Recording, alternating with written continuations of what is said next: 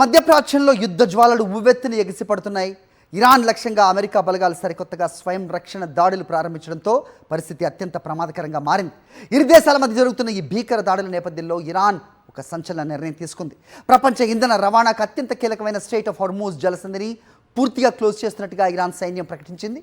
చమురు ట్యాంకర్లతో సహా ఎలాంటి వాణిజ్య నౌకలను కూడా అనుమతించేది లేదని, నిబంధనలు ఉల్లంఘిస్తే దాడులు తప్పవని హెచ్చరించింది.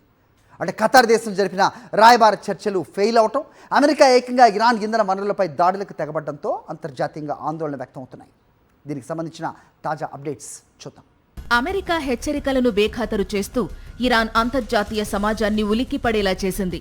ప్రపంచవ్యాప్తంగా సరఫరా అయ్యే చమురు రవాణాలో కీలక పాత్ర పోషించే స్ట్రెయిట్ ఆఫ్ హార్మూజ్ జలసంధిని అన్ని రకాల నౌకలకు పూర్తిగా మూసివేస్తున్నట్లు ఇరాన్ సైన్యం ప్రకటించింది.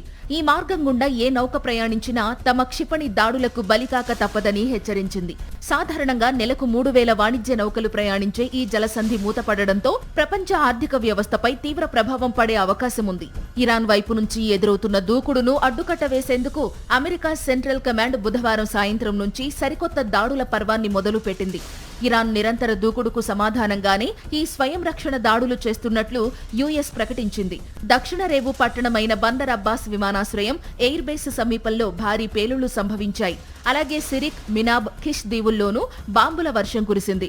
రాజధాని టెహ్రాన్ పశ్చిమ ప్రాంతంలో సైతం సైరన్లు మోగడంతో స్థానిక ప్రజలు తీవ్ర భయాందోళనలకు గురవుతున్నారు. ఈసారి అమెరికా వ్యూహాత్మకంగా ఇరాన్ ఆర్థిక వెన్నుముకను దెబ్బతీసేలా అడుగులు వేస్తోంది. ప్రసిద్ధ సౌత్ పార్స్ గ్యాస్ ఫీల్డ్స్ ఉన్న అసలు ఇంధన హబ్లోని ఒక పెట్రోకెమికల్ ప్లాంట్ పై అమెరికా దాడులు చేసినట్లు ఇరాన్ మీడియా వెల్లడించింది. దీనిపై అమెరికా రక్షణ మంత్రి పీట్ హెగ్సెట్ ను విలేకరులు ప్రశ్నించగా, ఇరాన్ పౌర మౌలిక సదుపాయాలు, వంతెనలు, విద్యుత్ వ్యవస్థలపై దాడులు చేస్తారా లేదా అనే విషయాన్ని ఆయన స్పష్టం చేయలేదు. కానీ మా నిబంధనల ప్రకారమే ఇరాన్ను బలంగా దెబ్బతీస్తామని తేల్చి చెప్పారు.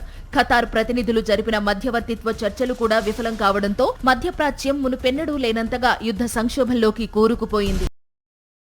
మరిన్ని అప్డేట్స్ కోసం ఛానల్ ను సబ్స్క్రైబ్ చేయండి. నోటిఫికేషన్స్ కోసం బెల్ ఐకాన్ పై క్లిక్ చేయండి.